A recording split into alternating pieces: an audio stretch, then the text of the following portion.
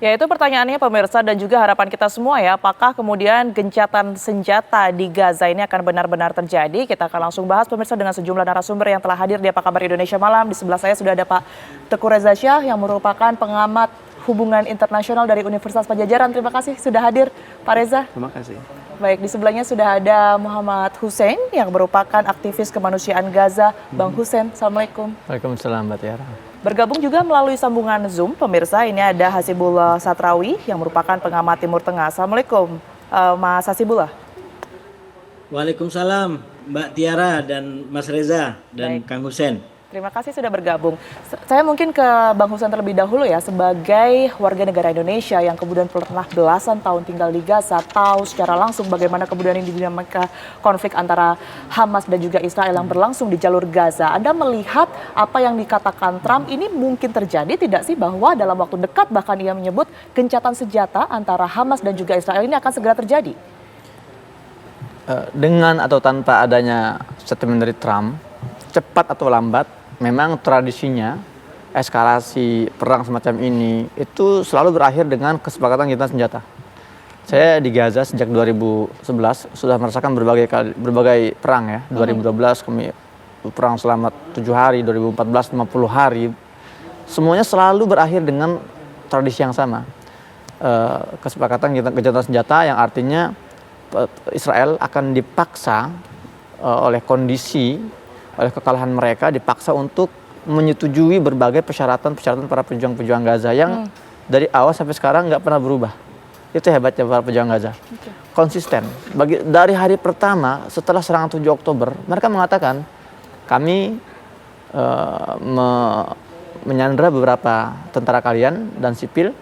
Mereka semua akan kami bebaskan. Besok pun kalau mau kita bebaskan dengan syarat bebaskan tawanan kami yang ada di penjara-penjara kalian dan hentikan perang. Dan sampai detik ini nggak berubah narasinya.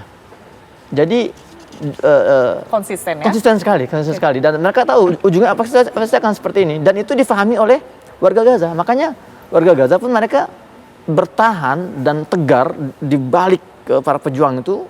Ya, mereka tidak mengeluh, mereka terus memotivasi sesama mereka karena mereka tahu ujung dari perjuangan ini ya adalah kemenangan buat mereka. Dan yang juga terpenting, setiap kali juru bicara pejuang Abu Ubaidah itu menyampaikan pidato, itu dia selalu menutup setiap pidatonya dengan satu kata-kata yang nggak pernah berubah. Dia bilang apa? Wa innahu la jihadun nasrun aw istishhad. Bagi kami itulah jalan jihad kami, hanya ada 2 pilihan. Kami menang, itu yang kami cari, atau kami terbunuh syahid, itu yang kami inginkan. Jadi bagi mereka nggak ada kamus istilah menyerah dalam pertempuran seperti ini. Betul-betul pejuang begitu ya. Saya bergeser ke Pak Reza. Pak Reza, Anda melihat statement Trump ini seperti apa? Karena kita ketahui ya bahwa Amerika ini sebenarnya banyak yang menyebut tidak pernah netral begitu ya. Mengapa gencatan senjata ini akan diberlakukan setelah gencatan senjata dengan Iran kemarin sudah dilangsungkan selama 12 hari? Trump ingin menjadi pemenang atau juru damai top, kira-kira ya. Dia berhasil menangani Iran, sekarang dia berhasil menangani Hamas. Dan untuk itu tentunya kita hendaknya melihat mengapa dia berbuat begitu kan. Ternyata konflik yang melibatkan Israel Palestina itu kan membuat nyali Trump juga ciut kan. Kalau dia bergerak lebih lanjut, ini akan memenangkan opini Benjamin Netanyahu. Kemudian juga ada potensi perang nuklir. Ini yang ditakutkan. Jadi sementara itu syukur Iran antara Israel berhenti dulu saat ini. Kemudian juga Trump itu sedang dikejar setoran ini. Dia mencegah jangan sampai dia kena impeachment dan juga jangan sampai Benjamin Netanyahu pun digulingkan di dalam negerinya. Karena Trump sekarang sedang menghadapi krisis kepercayaan di dalam negeri kan. Dia menjatuhkan bom di Natanz, Isfahan dan Fordo tanpa persetujuan lembaga legislatif Amerika Serikat. Kemudian juga dia tidak percaya pada lembaga intelijen Amerika yang selama ini top memberikan informasi-informasi spesifik kan. Jadi sekarang juga Trump melihat buat Benjamin Netanyahu 59% penduduk di Israel itu mengatakan udahlah selesaikanlah kasus dengan Gaza ini, yang penting desakan, kemudian yang penting sandera kita dibebaskan. Bahkan 49% di penduduk di Israel mengatakan yang untung ini Netanyahu sama partainya gitu. Bisa dikatakan tidak sih bahwa gencatan senjata yang memang akan diberlakukan oleh Amerika ini karena memang Amerika dan juga Israel mungkin posisinya sudah terdesak atau lemah dalam hal ini? Dapat dikatakan begitu walaupun mereka nggak ngaku kan. Karena kalau ini berlanjut, kita perhatikan sebenarnya itu ibu-ibu di rumah tangga itu selalu nangis besar-besaran kalau menerima peti jenazah, kemudian menguburkannya pun dalam suasana kepedihan yang luar biasa. Kemudian masyarakat di Israel sudah mulai terbuka bagaimana suasana di bunker-bunker itu, di mana krisis kepercayaan sudah terjadi. Jadi Trump berkejar-kejaran dengan waktu saat ini. Baik, Pak Reza, saya bergeser ke Mas Hasibullah. Mas Hasibullah, Anda melihat rencana ataupun juga ucapan Trump ini seberapa realistis? Ya, terima kasih Mbak Tiara. Saya ingin menyampaikan beberapa hal sebagai dasar analisa saya sebelum sampai pada kesimpulan apakah ini realistis atau tidak. Yang pertama, bahwa pernyataan tentang upaya gencatan senjata di Gaza itu sebenarnya kalau kita ikutin secara teliti sudah disampaikan oleh Presiden Trump semenjak beliau memaksakan gencatan senjata di antara Iran dengan Israel. Yang kalau kita baca per hari ini sudah memasuki hari ke-7 atau 151 kurang lebih jam setelah gencatan senjata pada tanggal 24, itu perkembangannya adalah gertak-menggertak di antara Trump dengan Presiden tertinggi Iran Ayatollah Khomeini. Dan saya membaca tidak mau lama-lama di situ, ujungnya sebenarnya kedua belah pihak Iran dan Israel menginginkan ada negosiasi, tapi ini belum ketemu karena mereka masih keras-kerasan. Tapi kembali kepada poin perkembangan di Gaza, sekali lagi catatannya adalah ide mengenai gencatan senjata di Gaza itu juga sudah hadir ketika wacana tentang gencatan senjata antara Israel dengan Iran pada tanggal 24 lalu. Nah, oleh karena itu secara politik menurut saya ini harus kita baca, karena saya yakin Trump tidak mungkin bisa menyampaikan itu, bahkan sangat optimistik karena disampaikan pekan ini. Itu kemungkinan bisa tercapai. Nah, saya melihat ada kemungkinan Trump mengetahui rahasia besar dalam tanda kutip yang selama ini selalu menjadi ganjalan dari rencana gencatan senjata di Gaza antara Hamas dengan Israel. Apa rahasia besar itu? Yaitu disampaikan oleh Presiden Trump secara tidak terlalu bagus secara demokrasi, yaitu ketika Trump meminta agar Netanyahu tidak dilanjutkan proses hukumnya di Israel. Karena bagi dia Netanyahu adalah partner satu yang telah berhasil membuat Iran dan Israel berdamai, dan yang kedua bagi dia ini juga akan menentukan dalam proses negosiasi dengan Hamas. Saya mengatakan Netanyahu sebagai rahasia besar karena selama ini berbagai macam gencatan senjata itu takluk dan deadlock berakhir ketika itu sudah disodorkan kepada Netanyahu. Dan hanya di era Trump pada tanggal Januari kemarin gencatan senjata sempat berhasil sebentar selama 60 hari. Tapi sebelumnya di era Joe Biden walaupun juga pernah berhasil cuma 2 minggu kalau tidak salah, tapi kisah gencatan senjata itu adalah gagal terus. Nah, secara politik kita udah sering sampaikan sebenarnya Netanyahu ini berperang tidak lebih ingin menyelamatkan dirinya dari dua hal, yaitu selamat dari ancaman hukum yang sekarang sudah berjalan cepat di Israel, dan juga dia bekerja keras agar tidak kehilangan kekuasaannya. Yaitu kekuasaan digunakan untuk hukum juga kurang lebih mau menyelamatkan kekuasaan oleh Netanyahu.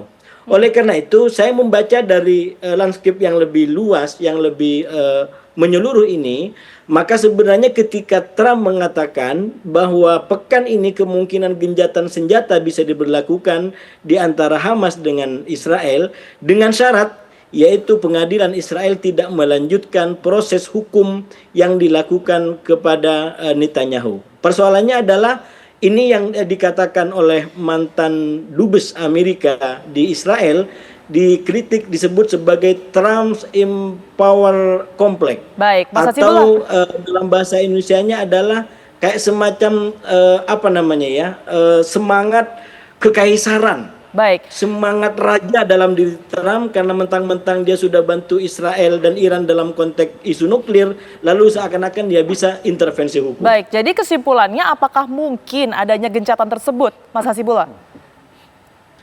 Kalau benar Trump sudah mengantongi kunci tadi dan hukum di Israel tidak melanjutkan proses terhadap Netanyahu, saya menduga dengan keras Netanyahu akan mempermudah proses gencatan senjata. Karena sekali lagi kalau kita bicara gencatan senjata selalu dari dua belah pihak, yaitu dari Israel yang kuncinya sudah pegang Netanyahu dan dari Hamas. Sekarang kita lihat dari Hamas. Seperti disampaikan oleh Mas Hussein, dari awal Hamas atau bahkan Iran secara umum atau di lain kasus sebenarnya prinsipnya membela diri. Kalau Hamas membela diri dalam konteks penjajahan. Baik. Jadi kalau kemudian perangnya dihentikan, itu tadi disampaikan oleh Mas Hussein, Hamas siap untuk kemudian melakukan gencatan senjata. Bahkan kalau perang ini dihentikan bukan hanya secara partikular, tapi secara menyeluruh dan permanen, Hamas menyatakan siap untuk perdamaian lebih lama. Baik, Mas Hasibullah. Kita minta tanggapan terlebih dahulu ke Bang Hussein ya. Bang Hussein, Anda menanggapinya seperti apa? Nampaknya kalau memang kasus ataupun juga persoalan hukum Netanyahu tidak dilanjutkan, ini optimistik akan betul adanya gencatan senjata diberlakukan. Iya. Masalah skandal politik Netanyahu itu sudah saya bahas sejak 1,5 tahun terakhir sebetulnya. Dari awal memang bukan hanya saya ya, tapi ini statement-statement banyak para politisi Israel sendiri. Mereka sering membongkar. Mereka menyebutnya Netanyahu ini masuk dalam perang yang dia memaksakan perang yang tidak bisa menangkan. Dan mereka semua sepakat bahwa sejak awal ini memang harusnya sudah berhenti karena kehancuran di pihak Israel itu baik citra terutama ya, bukan masalah ekonomi tapi citranya itu yang paling bahaya, yang paling mereka takut itu sudah terjadi parah sekali.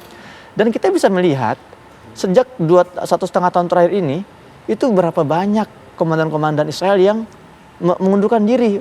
Bahkan menteri pertahanannya, ya menteri angkatan daratnya itu Yoav Gallant, karena dia konflik dengan Netanyahu, dia bilang kita nggak bisa lanjutin lagi, kita sudah gagal selama 1,5 tahun. Kemudian juga Panglima TNI militernya, Herzi Halevi namanya, juga sama, banyak yang berguguran. Tinggal satu Netanyahu doang yang masih bersikeras. Karena kenapa? Karena dia tahu kalau perang ini selesai, dia akan segera ditarik ke meja hijau, lalu akan terbongkar skandal-skandal dia dan hancur karir politik dia dan keluarga dia. Pun kalau itu benar, berlangsung gencatan senjata yang kemudian ini bisa ditempuh di jalur Gaza begitu ya, apakah itu akan berlangsung permanenkah? Atau mungkin hanya jeda kemanusiaan seperti yang sudah-sudah ini? Ya, kalau makanya pihak Hamas sendiri sudah memberikan satu poin tambahan dalam poin-poin kesepakatan gencatan senjata. Dia bilang apa? Kami tidak akan lagi mempercayai deklarasi satu pihak oleh Netanyahu, tapi kami meminta komitmen langsung dari Donald Trump. Pihak Hamas dengan tegas mengatakan pokoknya kalaupun terjadi kesepakatan yang harus mendeklarasikan pertama Donald Trump dan memberikan komitmen yang jelas agar ini menjadi beban bola panas itu di Donald Trump bukan di Netanyahu, agar ini menjadi satu kepastian bahwa Israel tidak lagi mengulangi seperti pelanggaran-pelanggaran sebelumnya. Pak Reza, Anda melihat bahwa apa yang kemudian dikatakan oleh Donald Trump, oleh Amerika Serikat begitu, ini nantinya akan konsistenkah dan juga bisa dikatakan bahwa ini nantinya tidak ada pelanggaran-pelanggaran yang kemudian dilakukan Israel, apakah juga Amerika Serikat bisa memberikan kepastian tersebut di tanah Palestina? Ini akan tergantung pada para envoy ya. Amerika Serikat mempercayakan pada Steve Witkoff ya, itu envoy dia yang top itu, yang akan berunding dalam minggu ini dengan tokoh Israel namanya Ron Dermer ya. Intinya adalah Witkoff ini menyarankan 60 hari ini ke depan ini bisa diajukan gencatan senjata dari Hamas mengembalikan serdadu-serdadu Israel dan juga secara bertahap mengembalikan yang sakit ya. Ya cuman yang kita harus hati-hati adalah Trump ini benar harus diminta komitmennya karena dia sudah punya ide namanya kawasan namanya itu bisnis modern di Gaza tersebut. Jadi Gaza itu akan dirubah menjadi suatu kawasan bisnis, kawasan infrastruktur yang hebat seperti pengalaman dia di New York. Dan untuk itu kan ada potensi masyarakat Gaza yang di utara itu akan diusir ke selatan kan. Juga ada potensi mereka diusir untuk ke Yordania dan Mesir kan. Kalau ini terjadi, maka habislah Palestina itu nggak ada lagi begitu. Jadi potensi Palestina menjadi sebuah negara yang modern, berdaulat dan bersatu itu udah nggak ada lagi. Jadi untuk itu kita harusnya berhati-hati ya, jangan sampai nanti target maksimal dari Hamas itu tidak tercapai, ya ini Palestina yang merdeka. Pada saat yang sama juga dari sisi Israel, Iran juga menuntut hak yang sama, bahwa kami akan masuk ke perundingan dengan syarat Anda ngaku, Anda menyerang, kemudian pada saat yang sama nanti berunding, kita menyepakati sama-sama akan terwujud suatu negara Palestina yang merdeka. Jadi kita hati-hati sekali dengan nanti statement-statement dari Amerika dan Israel, karena kalimatnya misalnya gencatan senjata itu titik atau enggak gitu. Ya toh, kemudian berapa lama untuk bagaimana mengukur gencatan senjata beserta tersebut? Dengan syarat-syarat ya, betul, begitu, Pak Reza, harus ya, detail. ya? Tadi benar, Trump yang harusnya mendikte itu semua. Baik, Mas Hasibullah, kalau dilihat bagaimana kemudian ya peran negara-negara regional seperti Qatar, kemudian juga Turki, Mesir begitu dalam upaya gencatan senjata yang sudah digaungkan oleh Trump di tanah Palestina. Tapi dijawab boleh nanti usai jeda. Mas Hasibullah, kami akan kembali untuk Anda sesaat lagi pemirsa. Anda kembali di Apa Kabar Indonesia Malam. Pemirsa, saya akan langsung kembali ke Mas Hasibullah ya. Tadi ada pertanyaan terputus, Mas Hasibullah. Ini kalau Anda melihat respon, tanggapan dari negara-negara regional seperti Turki, kemudian juga Qatar, Mesir, ini seperti apa? Dan juga bagaimana peran mereka pula dalam upaya gencatan senjata ini? Iya, sebenarnya kalau kita amatin, negara-negara di Teluk, minimal Qatar dan Mesir sebagai mediator itu sudah bergerak dan mengarah kepada tujuan yang sama, yaitu meningkatkan terus proses gencatan senjata yang sedang berlangsung. Walaupun tadi pagi hari ini itu masih dikatakan perkembangannya yang ada belum sampai pada tahap mengutus utusan. Jadi ini baru kayak semacam perkembangan positif dalam konteks di antara fasilitator dengan katakanlah Israel dan pihak Hamas. Nah, adapun negara-negara lain bagaimana dukungannya? Menurut saya kita mudah membacanya, Mbak Tiara. Ini kan saya selalu sebutkan di Timur Tengah itu bisa dibagi dua. Negara-negara yang poros perlawanan dengan negara-negara yang poros perundingan. Poros perundingan itu adalah notabene negara-negara yang sudah berkoordinasi dengan sangat baik. Baik, Mas Hasibullah, kita akan coba untuk perbaiki komunikasi dengan Mas Hasibullah.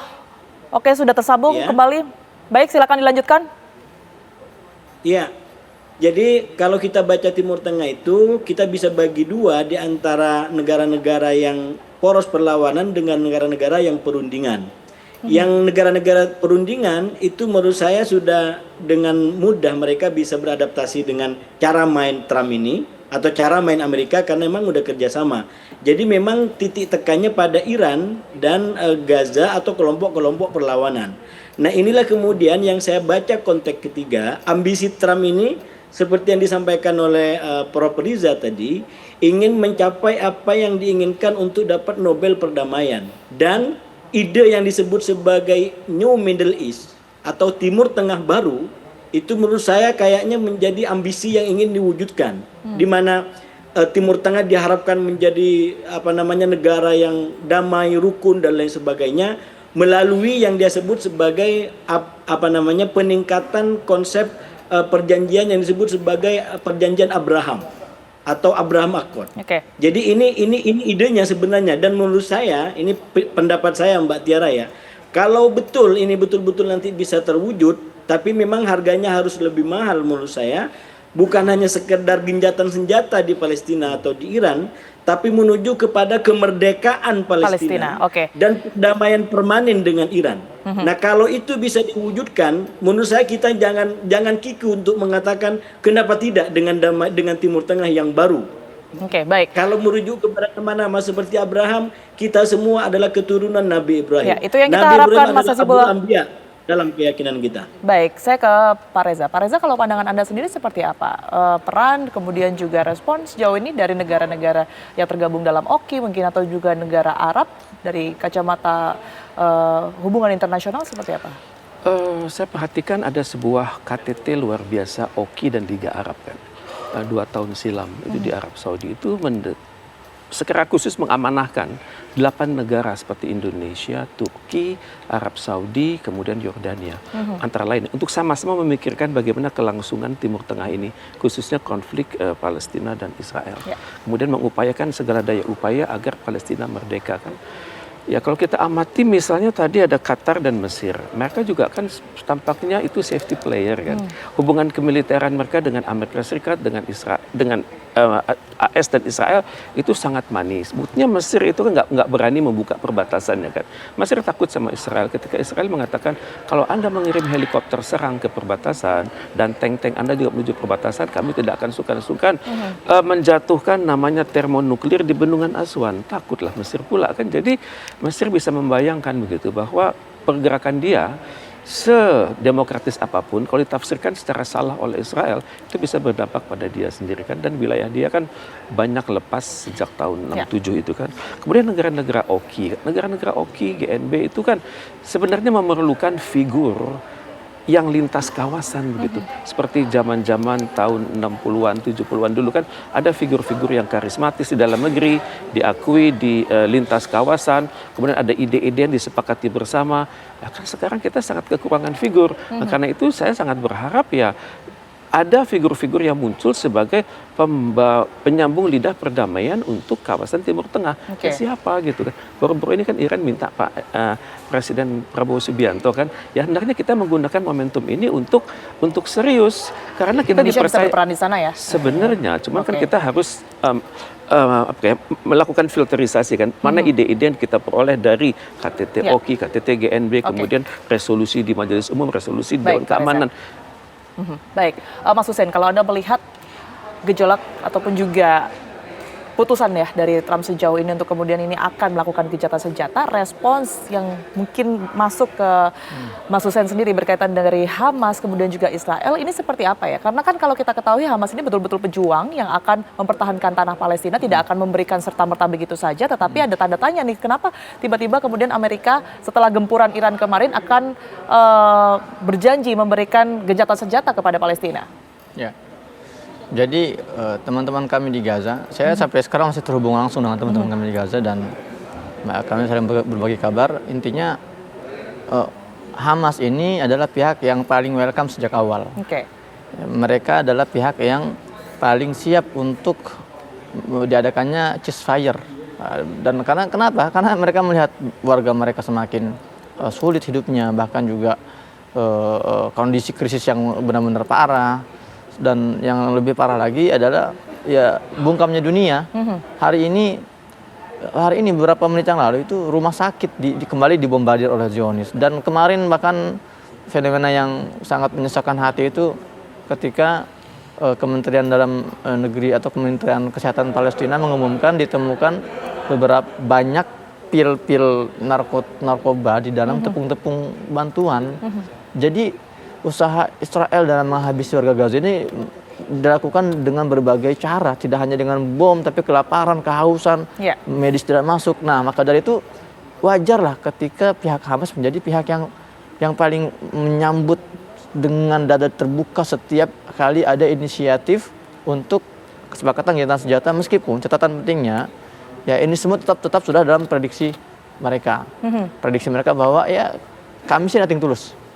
Ya, pasti ujung-ujungnya Israel tidak akan punya pilihan dan Amerika akan menjadi pihak yang selalu memediasi. Dan ini sekali lagi ini bukan pertama kali ya. Selalu ketika Israel itu sudah terpojok, Amerika yang tampil untuk menjadi pihak yang memediasi kesepakatan gencatan senjata. Dan sedikit saya ingin menambahkan tentang poin kenapa ini terjadi setelah Iran dan Israel misalnya berdamai gitu ya, setelah perang 12 hari. Karena memang satu-satunya jalan keluar yang paling realistis yang dimiliki oleh Netanyahu yaitu adalah menarik semua negara-negara besar untuk ikut berperang. Makanya kan Netanyahu menginstruksikan penyerangan langsung ke Teheran. Itu kan intinya kan ingin menarik Amerika. Antara nanti Amerika masuk, Rusia masuk, Cina masuk. Itu yang diinginkan oleh Netanyahu agar ya saya sudah terlanjur kepala basah, semua harus nyebur sekalian gitu kan. Untuk berperang. Untuk berperang. ya untuk menyelamatkan diri dari skandal politiknya. Itu intinya. Makanya kenapa Iran dan Israel dan Amerika begitu lunak hari ini kan? Karena bacaan saya ini keduanya paham kalau kita ini terus masuk dalam perang besar ini yang diuntungkan adalah Netanyahu gitu. Makanya Iran dan Amerika hanya 12 hari lalu mereka sepakat untuk gencatan senjata. Ya, karena mereka tidak mau terjebak, ditarik oleh Netanyahu dalam skandal dia. Gitu. Oke, baik. Tadi kan sempat diinformasikan juga bahwa Mesir ini nampaknya alot sekali dan tetap menutup akses begitu ya menuju ke Gaza. Anda melihat informasinya sejauh ini, apakah tetap demikian? Ya, tetap demikian sampai sekarang. Tapi saya mau garis bawahi, bukan semata-mata karena Mesir takut oleh Israel, tapi memang ya Mesir ini kan sudah menjadi perpanjangan Amerika juga di wilayah itu kan, dan mereka dapat bantuan dana dari Amerika setiap tahun berapa miliar dolar gitu. Jadi meskipun secara de jure Mesir itu berdaulat, tapi secara de facto Mesir, bukan hanya Mesir tapi negara Arab sekitar Palestina ya sudah tidak lagi memiliki otoritas. Mereka semua benar-benar didalangi oleh Amerika dan Barat sebetulnya. Oke, baik. Pak Reza, secara diplomatik, kalaupun nanti terjadi gencatan senjata, posisi Palestina ini akan semakin kuatkah atau justru sebaliknya ya? Dalam negosiasi ke depan itu kan ada prasyarat kan. Sekarang bisakah Trump itu disadarkan begitu? Ada prasyarat yang diminta oleh Palestina, khususnya Hamas, ada prasyarat yang diminta oleh Israel, dan ada prasyarat yang diminta oleh dunia. Kita udah capek ini nggak selesai-selesai. Kalau dunia salah ngatur, itu perang dunia itu mungkin. Kemudian juga kan Palestina untuk menjadi sebuah negara yang merdeka itu makin jauh. Kan syarat-syarat kemerdekaan itu adalah batas wilayahnya harus jelas, penduduknya harus jelas, punya kemampuan memerintah, kemudian adanya pengakuan internasional. Kan ini kan tidak diperoleh. Nah, kemudian juga nanti itu prakondisi kan. Pada saat berunding nanti ya tentunya orang-orang yang berunding itu harus benar-benar berkualitas. Kemudian loyalitasnya itu pada bagaimana cara kita damai gitu. Jadi loyalitas dari pihak Israel, Mr. Bremer itu tidak kepada Netanyahu sebagai individu, tapi sebagai bagaimana cara agar perundingan ini membuat Israel itu survive. Nah, kemudian pada saat yang sama pihak-pihak Palestina juga berpikir, kami juga takut dong nanti jangan sampai ini ceasefire leading to what. Jadi penggunaan kata kunci itu harus benar-benar sangat terukur. Dan saat ini bisa mengukur itu ada Donald Trump. Mumpung Israel sedang lemah, kemudian Amerika Serikat juga merasa dia harus menghasilkan output. Dan kemudian juga ada watchdog atau enggak sih dari PBB. PBB kan selama ini kelihatannya kok sepertinya mendiamkan. Terus perundingan di majelis umum, tapi ujungnya kan nggak ada. Hendaknya ada suatu revolusi yang benar-benar mengikat semuanya. Tapi siapa yang bisa menekan pihak-pihak yang bersengketa kalau Amerika Serikat sendiri adalah penyumbang terbesar di PBB itu sendiri dan dia pemilik hak veto. Jadi kalau ujung-ujungnya adalah pengambilan nantinya resolusi Dewan Keamanan PBB, itu nanti ujung-ujungnya tidak akan ada final conclusion, tidak akan ada ujung-ujung yang bisa mengikat semua. Jadi ini adalah suatu dilema dan saya sangat berharap ya PBB ini benar-benar mengirimkan seorang envoy yang benar-benar berkualitas sehingga bisa menekan semua. Tentunya sulit juga menekan seorang Donald Trump yang idiosinkratiknya itu luar biasa, yang sangat percaya diri dan juga dikejar setoran nih. Dia harus berhasil. Dengan Cina dia sedang bermasalah, dengan tarif juga sedang bermasalah, dengan impeachment juga ada potensi. Dalam kondisi seperti ini ya siapa sih yang bisa maju ke tengah? Ya, selain permasalahan diplomatik begitu ya Pak Reza, apakah ini juga mungkin ada kaitannya dengan kepentingan ataupun juga komunikasi politik dari Amerika, mungkin juga kaitannya dengan pemilu berikutnya, apakah ke sana? Ya tentunya Trump juga ingin menang di dalam negeri dong, walaupun nanti ada pemilu tengah, dia juga ingin agar partai dia itu bertahan. Tapi ada berkaitan dengan itu pastinya? Saya pikir begitu ya. Oke, baik. Kita akan ke segmen setelah ini pemirsa, tapi kami jeda terlebih dahulu, kami akan kembali untuk Anda sesaat lagi. Kembali di Apa Kabar Indonesia Malam, pemirsa, setidaknya 15 orang tewas setelah serangan udara Zionis Israel terjatuh di wilayah Jabalia pada Minggu waktu setempat. Mengintensifkan bombardir di wilayah Jabalia pada Minggu dini hari menewaskan sedikitnya 15 orang dan 1 keluarga. Serangan ini terjadi setelah militer Israel mengeluarkan perintah evakuasi bagi warga Palestina di kawasan tersebut. dan sebagian besar distrik kota Gaza. Serangan udara Israel menghantam area permukiman di Jabalia dengan satu serangan dilaporkan mengenai rumah milik keluarga Mohamed Sam. Sedikitnya 15 anggota keluarga pemirsa ini dilaporkan tewas dalam serangan tersebut, sementara sejumlah besar orang terkubur di bawah reruntuhan. Sebelum bombardir besar-besaran dimulai, Israel telah mengeluarkan perintah evakuasi di kota Gaza Utara dan wilayah luas di kota Jabalia. Namun, warga Palestina menyatakan tidak ada tempat aman setelah mereka dipaksa mengungsi oleh tentara Israel.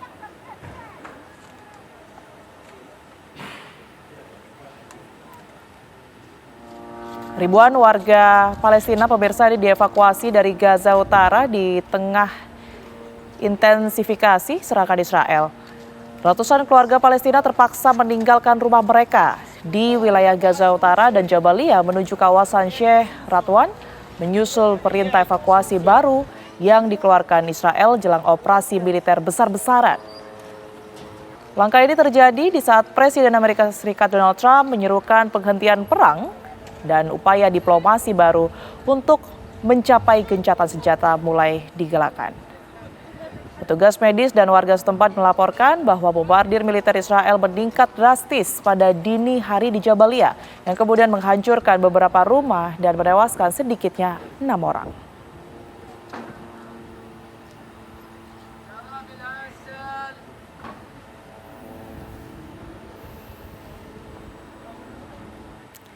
Saya akan langsung ke Mas Hasibullah ya. Mas Hasibullah, Anda melihat informasi barusan ini kan cukup miris ya. Gencatan senjata sedang kita bicarakan, sedang menjadi harapan begitu ya, tetapi terus digempur. Apakah ini artinya bahwa gencatan senjata ini sebenarnya hanya angan-angan bagi warga Gaza? Ya, tentu segala kemungkinan dan segala keadaan masih bisa terjadi ke depan. Cuman sekali lagi kita juga harus membatasi cara analisa kita berdasarkan dengan fakta-fakta yang tadi. Nah, kalau kita baca secara lebih komprehensif, maka sebenarnya dari kepentingan pribadi orang-orang yang ada terkait dengan konflik ini ataupun kepentingan yang di luar, maka menurut saya memang arahnya sepertinya menuju kepada gencatan senjata. Walaupun seperti yang saya sampaikan tadi, melihat dampaknya korban yang begitu luar biasa, orang meninggal karena kelaparan dalam tanda kutip karena tidak punya mungkin kita bisa pahami. Tapi orang meninggal karena kelaparan karena dipaksa, karena dihalangi. Bantuan-bantuan itu yang kejahatan luar biasa. Dan menurut saya kalau kita kembalikan kepada Netanyahu dan Trump, yang pertama sudah pasti ini adalah tanggung jawab hukumnya Netanyahu. Karena Netanyahu yang memberikan mandat untuk melakukan berbagai macam hal yang sekarang melanggar tata hukum internasional. Dan kita nggak perlu takut bicara begini karena ini bukan pendapat pribadi, tapi sudah menjadi pandangan hukum, pendapat hukum resmi yang disampaikan oleh ICC. Jadi oleh karena itu mau tidak mau Netanyahu harus bertanggung jawab. Dan saya melihat sangat mungkin itulah konteksnya kenapa akhirnya kemudian Trump dalam tanda kutip buru-buru agar ini segera tercapai gencatan senjata, karena kalau ini lebih lama lagi, saya kemarin mengibaratkan seperti orang sedang membawa makanan. Nah, ini yang makanan yang dibawa Trump ini sudah hampir basi, bahkan mulai mau membau ya. Saking parahnya apa yang terjadi di Gaza. Dan kalau ini tidak segera diselesaikan, bukan tidak mungkin Trump sendiri juga akan terdampak. Apalagi yang tadi disampaikan oleh Prof. Reza, bahwa di Amerika sendiri akan ada pemilu sela dan itu artinya Trump juga harus bertanggung jawab terhadap publiknya. Jangan lupa Trump adalah orang yang berjanji akan menjadi pahlawan dalam tanda kutip anti perang. Karena saat kampanye pada tahun 2024 yang lalu itu Netanyahu dan kemudian Joe Biden dengan Kamala Harris itu dijebak dalam keadaan politik di Timur Tengah untuk seakan-akan pro perang. Padahal sebenarnya yang pro perang adalah Netanyahu dari dulu. Cuman dia menjebak Joe Biden dan Kamala Harris sehingga dia terus kehilangan elektabilitasnya dan yang menang adalah Trump. Baik. Trump menang dengan kampanye bahwa dia akan menghentikan perang. Nah, oleh karena itu kalau dia sekarang bersikeras ingin menjanjikan perang, ingin menghentikan perang, saya menduga dengan keras itu juga ada unsur kepentingan bagi dirinya sendiri sebagai politisi. Baik, saya ke Bang Hussein ya. Bang Hussein, Anda melihat apa yang harus dilakukan oleh komunitas internasional untuk setidaknya bisa memastikan apa yang nanti diupayakan gencatan senjata ini bisa berlangsung secara permanen, bahkan berujung pada kemerdekaan Palestina? Ya.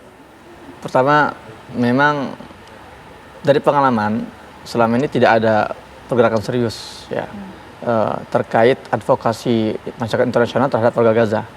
Jangankan bicara masalah permanen, ini proyek rekonstruksi Gaza untuk kehancuran tahun 2014, bayangkan sudah lebih dari 10 tahun ya, itu belum selesai. Jadi ketika 2014 Gaza digempur, kemudian selesai dengan ceasefire, kemudian ada perkumpulan negara-negara Arab yang mengumpulkan donasi untuk merekonstruksi Gaza, itu sampai sekarang belum selesai. Artinya apa? Selama ini memang tidak ada keseriusan dengan negara Arab sendiri untuk memang mengadvokasi Gaza. Maka kali ini harus ada satu standar baku atau harus ada istilahnya pergerakan yang lebih nyata yang bisa juga dipantau oleh masyarakat juga, tidak hanya pemerintah harus diandalkan.